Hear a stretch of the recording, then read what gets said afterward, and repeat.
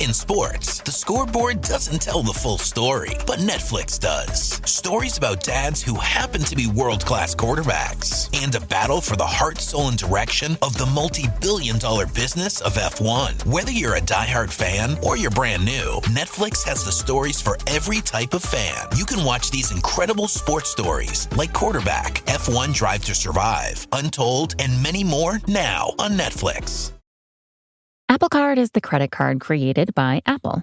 You earn 3% daily cash back up front when you use it to buy a new iPhone 15, AirPods, or any products at Apple. And you can automatically grow your daily cash at 4.15% annual percentage yield when you open a high-yield savings account. Apply for Apple Card in the Wallet app on iPhone. Apple Card subject to credit approval. Savings is available to Apple Card owners subject to eligibility. Savings accounts by Goldman Sachs Bank USA, member FDIC. Terms apply. This episode is brought to you by State Farm. From your morning podcast to your afternoon playlist, State Farm knows you personalize your entire day, and that's why State Farm helps you personalize your insurance with the State Farm Personal Price Plan. It offers coverage options that help protect what you care about most at an affordable price just for you. Like a good neighbor, State Farm is there. Prices vary by state. Options selected by customer. Availability and eligibility may vary.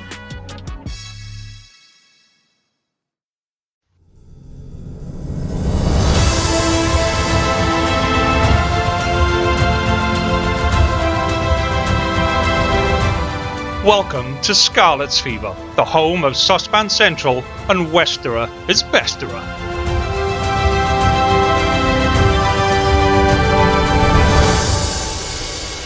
Hello and welcome to a special bonus edition of Scarlets Fever with me, Lee G. Joining me today, as always, is Big M. Mart, how are we? I'm good, mate. I'm good. How are you doing? Yeah, good. So we don't normally do bonus pods with just me and you, but we had some stuff through yesterday that we thought was worth kind of having a chat about. So why don't you kick off with what you know about Llanelli and the EDC, the Elite Development Championship? Is it EDC, Elite Development Championship? It's not a league, it's a championship, isn't it? Yeah, I'm not too sure what the acronym is, but we'll find out eventually, I suppose.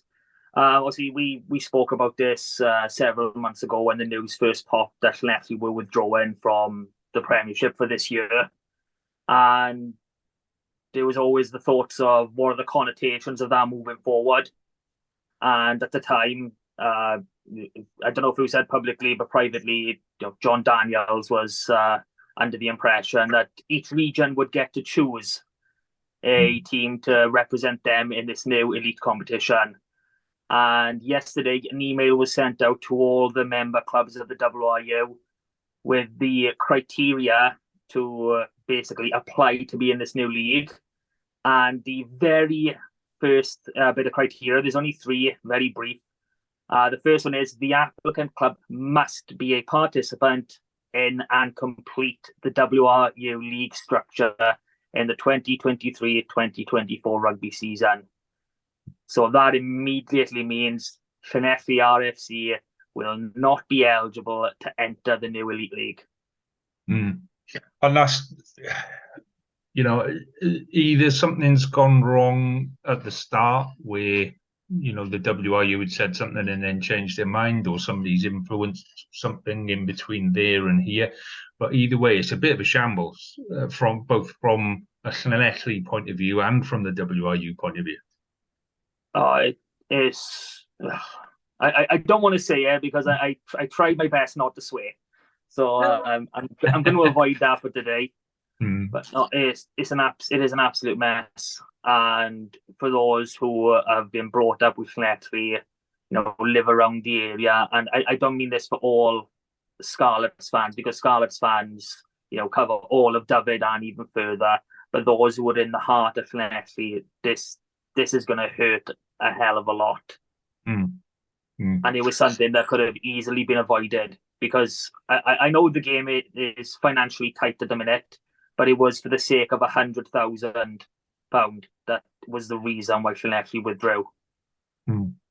I think it kind of shows where we are, in West Wales. In all honesty, there's a lot of changes afoot. There's a lot of, we talk regularly about teams like Whitland that used to be top of the tree. Tenby down our neck of the woods many years ago used to be top of the tree, and they're now nowhere near where they used to be. And then you've got sides like Crymych and Newcastle Emlyn coming through and developing good players, and it is very much a change of footing, if you like, in West Wales.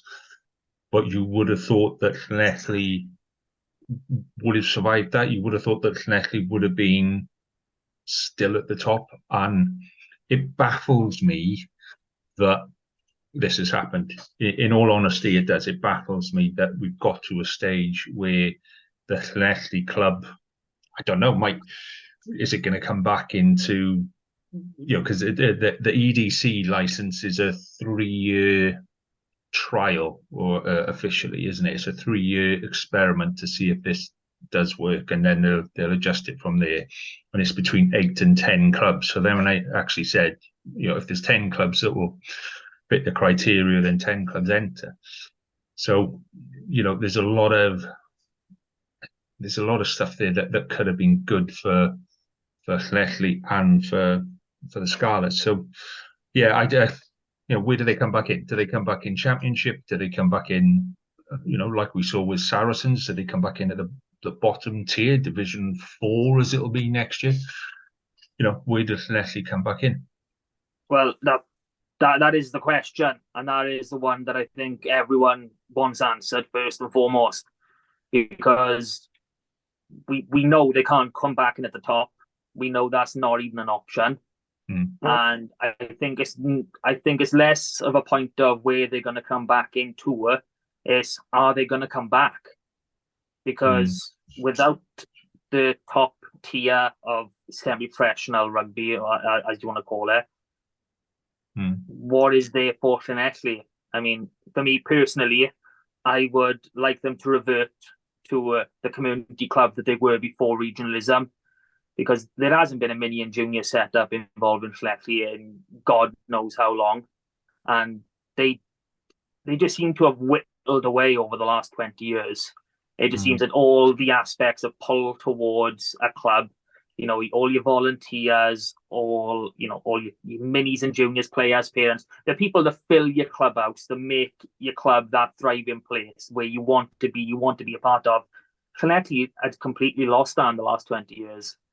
So for me, I want to see them not even play a part of Scarlets if it means they got to come and borrow and ground share with someone, even if they came back to Stradey Park with Llanelli Wanderers for a little bit, or wherever. There's loads of pitches around. Even if they started back at the bottom, just try and rebuild that community feel with them, because that's completely gone. And I think that's probably a best option, in all honesty, because for me, I've said this quite a few times, and I've tried explaining to people, and they don't understand it. For me, the Scarlets and Llanelli Rugby Club are separate. They are two separate entities, and I'm not a Llanelli Rugby Club supporter, but I am a Scarlets supporter. So, for me, when people call me a Turk, they go, no, that's a Llanelli Rugby Club. That's part of the identity of Llanelli Rugby Club. That's part of the heritage that built that club, and the two are separate. The Scarlets are a multi-site, if you like. It covers a big area. It reaches out to Pembrokeshire, to Ceredigion, and Llanelli never did and never would. It's got no need to. So rebuilding from the bottom, I think, would actually be good for Llanelli and good for the Scarlets, because, like you say, you separate the two. And I know there's a lot of stuff inside the Scarlets about the Llanelli heritage, and the win over the All Blacks, and the gates from Stradey, and all of this kind of stuff. And I think that there's got to be some kind of agreement between the Scarlets and Llanelli, but this is the historic part of the Scarlets, if you like. But I think the best thing for Llanelli now is, like you say, to go back to being a community club and to build from the bottom. And I don't think it will take too long. I genuinely don't. There's so many talented players around that will want to come and play for Llanelli. I think by the time we get to the end of this 3-year EDC, Llanelli will be in a place where actually, they can be in the next round. But like I say, the plan for this year is for Llanelli to do the friendly games against touring sides and English sides and this, that, and the other. How does that work if you're not playing regular weekly games? It just basically turns into an extension of a Scarlets Academy if it stays that way. I think the important part that we all need to be wary of is right now there's been no announcement from the Scarlets, no announcement from whoever's left with Llanelli RFC.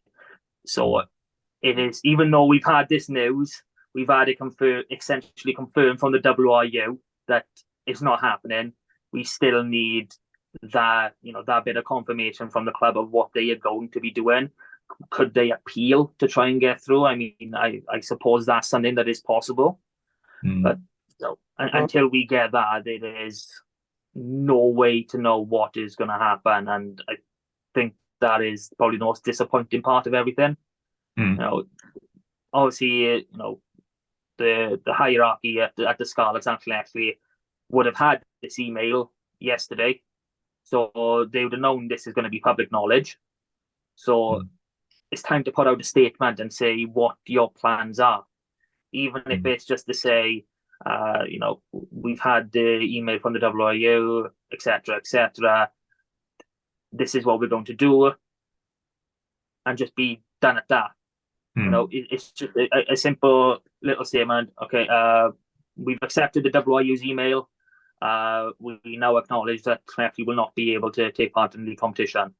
We are still reviewing possibilities for future, or we don't agree with the requirements that the WRU have set out, and we will be appealing them through whatever means there are. So there's still a lot of limbo, which when there's no rugby going on, as in no club rugby for Llanelli, no professional competition rugby for the Scarlets.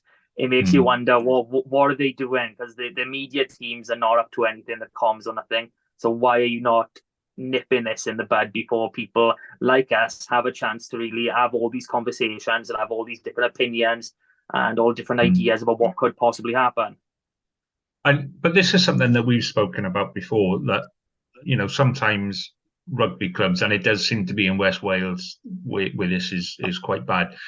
We don't want to talk about the bad stuff. We don't want to put it out into the public and go, do you know what? Here's something that might not be great, but let's talk about it. Let's work our way through it. Do you know what I mean? It does seem like you're only allowed to talk about the fantastic stuff, and actually there's stuff going on that people aren't happy about, like decision to not field a Llanelli team this year. This is the other bit that annoys me now with the WRU. That statement comes out when the 2023-24 season has already started. Yeah. So if that statement had come out and if that had been made clear in June, or May or June, then they could have said, right, actually, we weren't planning on putting a side in this year, but if we want to make the EDC, then we have to put a side in. Do you know what I mean? And actions could have been taken, albeit it could have been, a bit scratch to start with, but something could have happened. To put that out when you're, 6 weeks into the 5-6 weeks into the league, and saying, yeah, you've had to have done it here, knowing what the Scarlets' plan was, seems a bit disingenuous to me. And I think something's gone on behind the scenes that we're never going to know about. That there's going to be ructions somewhere. But, to bring it back to the point, let's get it out in the open and talk about it, boys. because it's not doing anybody any favours at all to have this behind closed doors. Exactly. And even if they had brought this out in May, June, the wording is pretty clear. It's the WRU league structure, not the WRU Premiership. They could have put them down. They could have dropped a few divisions like some clubs have and just fielded totally amateur players just to keep that going. So they'd have the option this year. Yeah. I mean, whether or not this was always the plan, and people that weren't privy to it were told, zip up tight because we want to use the Queensland Llanelli. We've got a team in Llanelli. It's the Scarlets. We just want to keep it that way. So it's frustrating. Obviously not so much for you, not being a true-born Turk. You are part Turk. Scarlets are part Turk, so you are kind of stuck with that a little bit. But for me, for someone who is a Llanelli fan, I'm quite devastated by this, and until I get a confirmation to know exactly what's happening, I'm losing my mind a little bit thinking about this. But I think that's it, innit? A lot of Scarlets fans are also Llanelli fans. And, there is no getting away from the fact that the Scarlets are based in Llanelli, so that's a natural kind of connection. So for me, the better connection would be for Llanelli to start developing itself as a club again and really find... we talk a lot about heritage in West Wales. We talk a lot about connecting to our roots and things like that, and rightly so. But maybe Llanelli as a club has lost that. Do you know what I mean? Maybe with the professionalism and the Scarlets and the focus has all been on the Scarlets and producing the Scarlet side and producing essentially a feeder side for the Scarlets, which, in all honesty, Llanelli and Carmarthen Quins have developed more players for the Scarlets than Llanelli have. The players that have dropped down to Llanelli have been, let's say, academy players or players coming back from injury. So I think the best thing for Llanelli is build from the bottom again. And I genuinely don't think it'll take too long. But it takes commitment and effort, and I think there are enough supporters inside Llanelli, inside Llanelli town to make that happen. And, the reality is that Llanelli Scarlets, the Scarlets and Llanelli are competing against big cities with massive amounts of money. So we can't turn around and say the Scarlets can be just Llanelli, because Llanelli isn't big enough. It needs all of West Wales to support that club, and that's kind of what we're trying to do with the pod is to spread that love around Pembrokeshire and Ceredigion and bring people into the Scarlets and connect them with the Scarlets. But from a Llanelli point of view, it's go and rebuild. It's go and be a club again for me. Anyway. Yeah, I'm with you 100% on that. So that's the doldrums for today. So, we said it was okay to talk about negative stuff. It's okay to get that out in the air. I feel better now. Do you feel better, Mark? Yeah, I've uplifted my soul a little bit now. Okay, I'm going to bring you right back down to earth then. Tell me about the Dragons game. Oh, Christ. I honestly, I don't know what happened in that game. It was, especially coming off knowing it's the same team as we had, more or less the same team we had against the Barbars, and they were pretty impressive. To go and, okay, I know it's the Dragons, and we do have they are a bit of a bogey team of ours. To lose to them when we put out a side like that was disheartening. Like, overall, it was a pretty poor performance. I mean, the boys lacked intensity. I don't know if that's because they had their mind elsewhere or whatever, but there's no excuse. These are professional players. If you can't bring it up to your level in a friendly game, you don't deserve to have that chance to bring it up in a proper game. So if we look at the basics, we conceded 5 tries. 2 of them were from I know he was inside of 22, but 2 of them were from first phase on a scrum. So that's very worrying for me. You don't go conceding first phase tries. You know, unless it's a very, very well done move, which I can honestly say those two weren't. Driving maul, we should be defending these, and we've got a brand new forwards coach in Vandenberg, who, let's be honest, he is a specialist in this area, and he comes with a lot of pedigree. So to see a driving maul go over a line from the Dragons, I'm quite disappointed in that. And then the 2 intercept tries that we conceded. Now, at first, I thought they were both Charlie Titcomb. So I was like, oh, okay, he's a young lad. You know, he's learning his way, maybe a bit of experience, and that won't happen again. But on watching it back, they were both Johan Lloyd. So I don't know if he was trying too hard, but they were both incredibly similar. You know, you can see with the rush defense the Dragons were playing, they were running into the passing channels. He's a good number 10. He's got a lot of potential, but they shouldn't be happening. And I would stagger a guess and say, that's my own fault. I would stagger a guess and say that we won't see another intercept try from, you know, Johan Lloyd for the rest of the season, because I think, you know, he's gonna beat himself up over that. I know they were the game. I know it's a pre-season and it doesn't matter, but a win builds momentum, and those 2 intercepts don't happen. We've got to win. We've got a bit of momentum, especially going to South Africa, especially now losing another scrum half. So it's a tough one to take, but it's a friendly. Let's hope this is the only loss we have to the Dragons this year.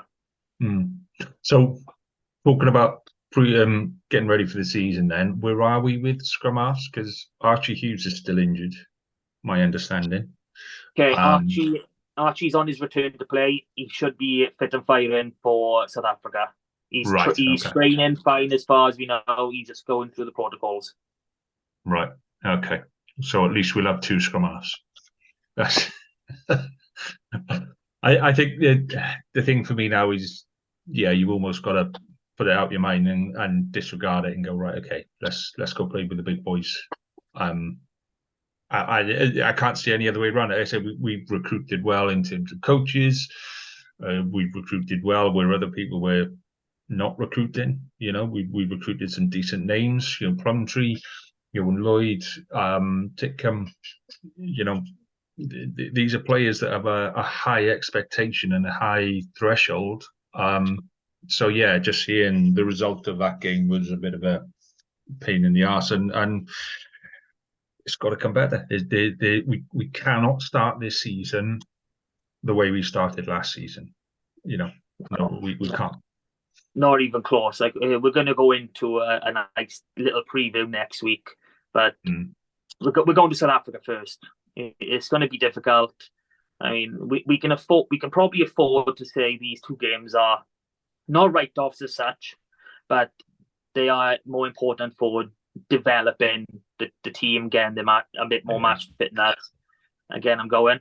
See, I'd go the other way. I'd go, no. Oh no, I'm not happy about it. We go out there to win.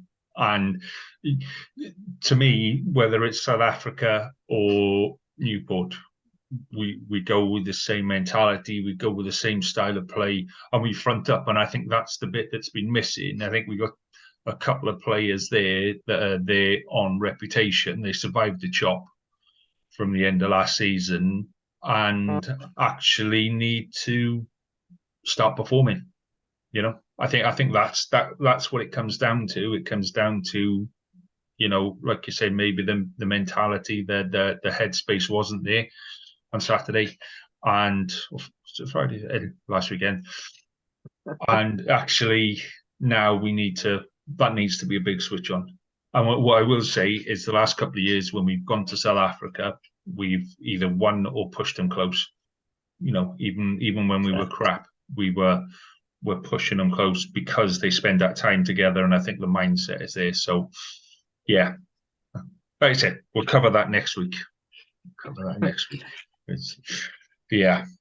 Okay, so Fleckley, crap. Dragons, crap. Let's talk about fixtures for the weekend in the lower now, leagues. this is something I can get in on. So let me just pull up. Go on, you go first. Let me pull up. Yeah, I'm gonna focus through I'm the gonna get my Sosban. little. Yeah, I love a bit of Sosban. You know that. No, this is my favorite. This is my favorite part of the week. Whenever we get, like, I know we haven't done as much lately, which it hurts my heart. It really does, Lee. You know, and I'm blaming you for this. I love my club rugby, where whether it's Division 6 East Central or it's the Premiership, every part of it I absolutely love. Mm-hmm. So, we ready? Yeah, go on. You do Sosban, and I'll try and look like I know where all of these sides are, because I am still head in the clouds with some of these sides, particularly when we get down to that. That don't mean shit, mate. Some of these things I'm still like, I can't work out which one of them belongs to us. Right, go on, off you go. Okay, we'll start in the Premiership. May as well go top to bottom, why not? Carmarthen Quins have got a bye this week, courtesy of the 13-team Premiership. Llanelli are playing Thursday night, which is tonight. They are away in Ebbw Vale. So both sides, they've both won their last 3 games. So this is going to be, a titanic clash. But I'm going to say the Drovers, the Drovers are going to be undefeated all season. They're going to win everything that they possibly can. That's my prediction for the season. So I'm not going to say a comfortable win, but I'm going to say a composed win for Llanelli tonight. Okay, fair enough. Okay, moving in. Yeah, I'm not gonna even try to expose on East, mate. So you carry on. I'm just going to agree with whatever you say. Yeah. So we got Lee the yes man. Lee is the yes man today. Yeah, absolutely. Championship West now, and for us we've got Ammanford against Trebanos. Both sides looking pretty lowly. Both only got 1 win recently. So I'm hoping home advantage for Ammanford will put them over the line. And then we've got Llangennych travelling to Tardar Steel. Now, Llangennych are flying high, barring they lost to Brecon, which could have quite easily been a win. They should be undefeated. And Tardar, as we know, they've been the whipping boys for a little while now. So that's going to be a nice, comfortable Llangennych win. Into Division 1 West. And only the 1 game, due to a lot of clubs postponing and moving their fixtures to another date due to the Wales or Argentina game. There's just Llanelli Wanderers at home to an Island. If that's how you even say it, I know we're going to go through this quite a few times this season. But Llanelli Wanderers are having an absolutely amazing season. I did not expect this from them. They're flying high, and I'm going, even though the opponents, I'm not going to say the name again, are doing pretty well themselves, I'm going to back Llanelli Wanderers at home. Into 1 West Central, Bryn Aman at home to Gleneath. It was a torrid time in this fixture last year. Gleneath, put 53 points over Bryn Aman. So anything except for a massive loss would probably be really encouraging here. So, let's try and keep it at 1 score. Let's hope Bryn Aman get a losing bonus point, or they can surprise us all and get the win. Down in 2 West, we've got a full round of fixtures in 2 West. Looks like it, yeah. Yeah, Carmarthen Athletic v St Clair's. This is a new fixture for the season because of St Clair's promotion. So it's going to be interesting to see where this one comes out. Probably going to say St Clair's on current form. I'd like to say Carmarthen Athletic because they're my team. But no, I can see St Clair's doing this. Lampeter and Tenby in another new one. Lampeter coming up again. Tenby just seem really strong again this season. Lampeter having a good show of it, but I'm thinking Tenby again are too strong. Then we got Milford Haven at home to Aman United. Aman really haven't started this season proper yet. I know a lot of their boys did the Tenby Iron Man, and I think they must slowly be integrating. because to have so many boys at those fitness levels, you'd expect them to be doing pretty well in Division 2. But I'm still going to back Ammon to do a number over Milford. Nancaredig at home to Ponteberem. Ponteberem, I think Ponteberem got their first win, or was it? No, they got a draw recently. So they've avoided a full season whitewash. They only got the one win last year. But I can't see anything outside of a Nancaredig win on this one. And to Croyce at home to Locha in the last game of 2 West. Tight game last year, 17-10 to Croyce. I'm going to say it's going to be pretty much the same. Going to back to Croyce as the home team, but this is going to be a very difficult game, and we all know how physical Locha can be. Now we go into 3 West B. And we've just got the 2 games to talk about. So first one is Furness at home to Llanelli. Furness are having a pretty decent season so far, and I'm happy to say that they won this fixture last year, 27-25. I think they're going to do a little bit better this year. I think Furness are going to win by at least a clear score. In our second game, it's a heavyweight game. This is Tumble and Trimsaran. Now, Trimsaran missed out on promotion last season. Tumble won the league the year before. So, these are 2 sides that have been chomping at the bit to get up for a while. Trimsaran have been a bit down as of late, which is a little bit unfortunate. I was expecting them to really, really be at the top all the way through. So I'm going to back Tumble to do the job when I'm at home. Into 5 West Central, the last of our senior men's. Just 2 fixtures again. We got Pennybank travelling to Fall Bay. It's difficult in these lower leagues. I don't know enough of them. There's not enough put everywhere. But I'm going to back Pennybank to do this on the road. They've done it last season, 26-13, so I'm going to back them to do it again. And then we got Taibach against Pontiates. I backed Pontiates at the start of the season to do something amazing and win this league. They have not been helping me at all with their performances. But I'm going to back Pontiates again, and hopefully they will come up with a victory for me this week. Into the youth leagues now. We've got Carmarthen Athletic at home to Pennybank, Carmarthen Quins at home to Llangennech, Lampeter and Llanelli, Newcastle Emlyn and Tumble. And then the last one in the Carmarthenshire Youth League is St Clair's against Kidwelly. And this is now a vital week in the Scarlets region Dewar Shield competition. We've basically got an all-or-nothing final to play in this first game. We got Mynydd Mawr and Dynevor at home against Carmarthen Schools. MMAD a 3 from 3, Carmarthen 2 from 2.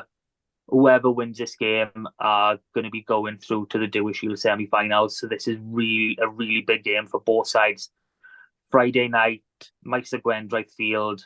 I think it's a 7:30 kickoff.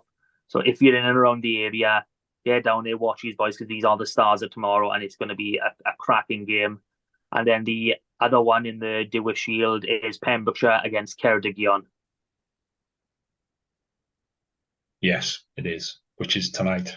I'm sure I saw a post of that tonight. Okay, are you done? Because that's a lot, mate.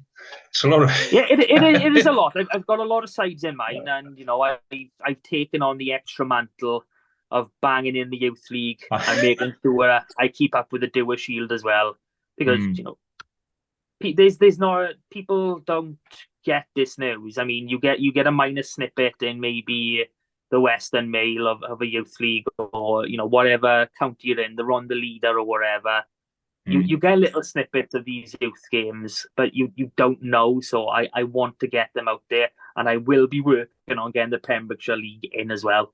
So you'll have extra games, so don't you worry about that. I don't think we have Pembrokeshire League youth. I think the You do. youth setup is, but I think the youth setup in Pembrokeshire is so scratchy at the minute. There aren't really enough teams to say.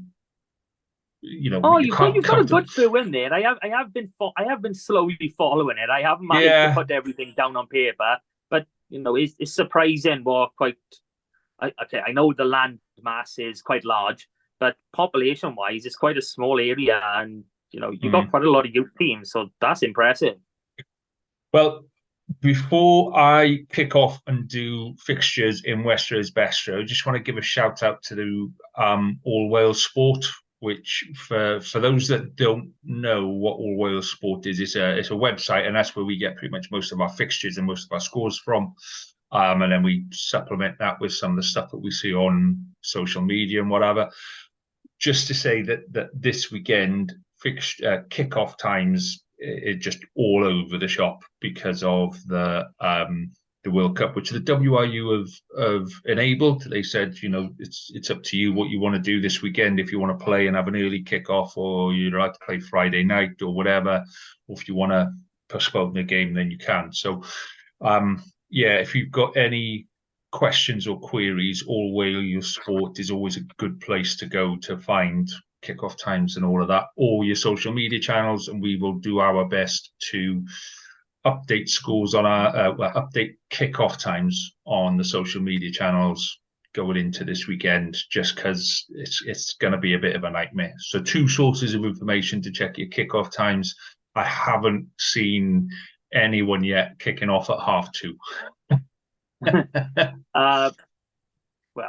If they haven't got a time next to it, it's assumed it's 2:30. So yeah, I can't see. I can't imagine many teams doing that with a 4:00 quarterfinal. No. But another pop for All Wales Sport, they do things for the youth and the junior rugby as well. So yeah, if you could ever look, if you got a boy or girl in 12s, 13s, 14s, 15s, 16s, pop on there. More often than not, you'll see all the results. You'll see upcoming fixtures, because you know what clubs are like. They don't tend to prep you more than a week or 2 in advance. You could actually download the full fixture list off them. Yeah, really, really good. Okay, so let's have a look at Westerer's Besterer then. So Championship West, we've got a massive game to start with. Crymych are hosting Narberth. I mean, Narberth are rightly top of the table-ish, with the exception of Brecon. So it's going to be a battle. It's going to be a bloodbath. And I want to go and see it, but as I've said many times before, Crymych car parking is crap. So I would love to go and watch that game, but I know I won't. So I'm going to call that as a Narberth win. I think that'll be great. Then we've got Dunvant hosting Newcastle Emlyn. I think Newcastle Emlyn are having a great season, and I can see them winning that one. So that's 2 away wins in the Championship West. So coming down Division 1 West, Whitland are playing away in Gowerton. That's confirmed as a 1:30 kickoff. I can't see Whitland doing anything up there, I'll be honest. Aberystwyth travelling to Penclawdd. I'm torn. I reckon Aberystwyth might have that one. This is a difficult one because Aberystwyth have barely played. I mean, they've only played 1 league fixture. You'd have thought they'd be beating Penclawdd, but you don't know what Aberystwyth team we've got right now. And if they're relying on students, most of the students I know actually want to go and watch the game, so that would have to be a very early kickoff to make that one a viable game. Division 2 West, so you covered most of these, but I'm going to disagree with you in the results. So St Clair's will beat Carmarthen Athletic. I agree with you on that one. Fishguard hosting Mumbles. Yeah, I think Fishguard may scrape on there. I think they'll be okay. Fishguard have been absolutely awesome this season. 3 from 3 maximum points. I know the fixtures have been kind. Yeah. But, you've still got to beat what's in front of you. So, well done. Yeah. And a big shout out. Now, this is not a coincidence that friend of the show, Chris Susha, has been out with an injured knee, and he's had his operation on his ACL, and he's on his way back. He's had his op this week, so I know he listens every now and again. So hello, Sush. Hope you're getting well, mate. So yeah, it's not a coincidence that Sush isn't playing, and all of a sudden Fishguard are doing really, really well. I'm not going to connect those two, mate. You crack on. So Yeah, Tenby Lampeter, I think that's a Tenby win. Milford Ammon, like you say, I think that'll be a really close game. And I don't know which way to call that. So I'm going to call that as a Milford home win just because it's a home win, and for no other reason than that. So let's have a look at Division 3. There's only 3 fixtures that are definitely going ahead. Langham are hosting Neyland, so there's a grand total of about 4 miles in between those 2 grounds. So I can see why that game's going ahead. Neither team are having a great start to the season, but I can just see Neyland bullying their way through that one. No, yeah, you can't do that. Langham's going to win every single game. They're not losing another one for the rest of the year. They're going to do it. If you say so, pretty boy. Oh, pretty boy, I like that. Yeah, no, I think Neyland will win that one. The interesting game is Cardigan and Pembroke, which it doesn't say there's an altered kickoff time, but I think there must be because it's a good hour away. Cardigan are doing well this year. Pembroke started off very well. Did a bonus pod last week with Darren Gilbert, backs coach for Pembroke. Gave us a good insight into what's going on at Crickmarren. So I'm actually going to go with a Pembroke win on that one, just because, because hopefully I can get a couple of free beers when I eventually go back up the club. No, obviously Pembroke coming back into this league was a shock for most people. But, I was expecting them to run riot right from the start. But, losing at home to Haverford West, I think it's just a normal Division 3 West A team. So I'm going to say Cardigan are going to do it. Well, have a listen to the bonus pod from last week, and Gilbert will give you a load of stuff from what's happened and all that kind of stuff. But I'm going to stick with a Pembroke win. And then the final fixture is Pembroke Quins hosting Llanelli. I think that should be quite an easy win for the Quins, particularly at home. And then a very good time will be had by all watching the game after. That much I know, regardless of what the score is, there'll be a very good time had by all. And then, like you said, Jewish Shield, Pembrokeshire against Ceredigion tonight. Pembrokeshire just not firing this year, which is strange because they've had a lot of good players come through, but it's just not firing. And should be. These are the same boys from last year because of the change in age. So it's a surprise not to have seen them kick on a bit. I'll say that everyone else has kicked on a bit more than them instead of they have kicked on. But I was expecting them to maybe get into the plate this time around, because they done awesome in the bowl last year. Yeah, but there we go. So that's our rundown done, and a little bit of a chat about the Dragons, and a little bit of chat about Llanelli. Not bad, mate. Not bad. Not bad. I mean, it could be better. Well, all the stuff about the internationals and all of that is on our main pod, or you can listen to the rap pod as well. And we will be putting this out on YouTube once I get through my stack of YouTube videos to upload. Yeah, one second. Let me just make. I should have made sure my hair was right before I started. I got tartan that. I got a mate called me Castro Giovanni. So I'm trying to get it all down tidy. Make myself look the part. Yeah. I can see the look, mate. I can see the Castro Giovanni. That's it. Yeah. Right, Mart. All the best, mate. I will catch up with you again next week for a pre-season rundown with Scarlets Fever. Looking forward to that one already. Yeah, massive URC preview. I can't wait. Yeah. All the best, mate. See you next week. All the best to you. Thank you very much. Trevor. Bye, mate.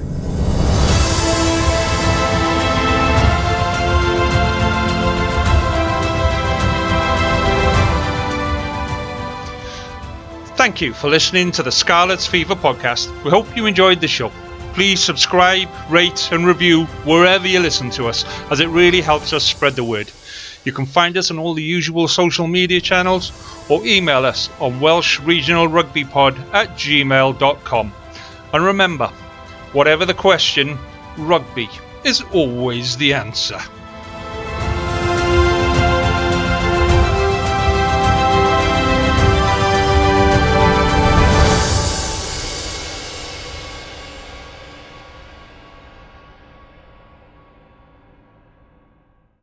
Sports Social Podcast Network.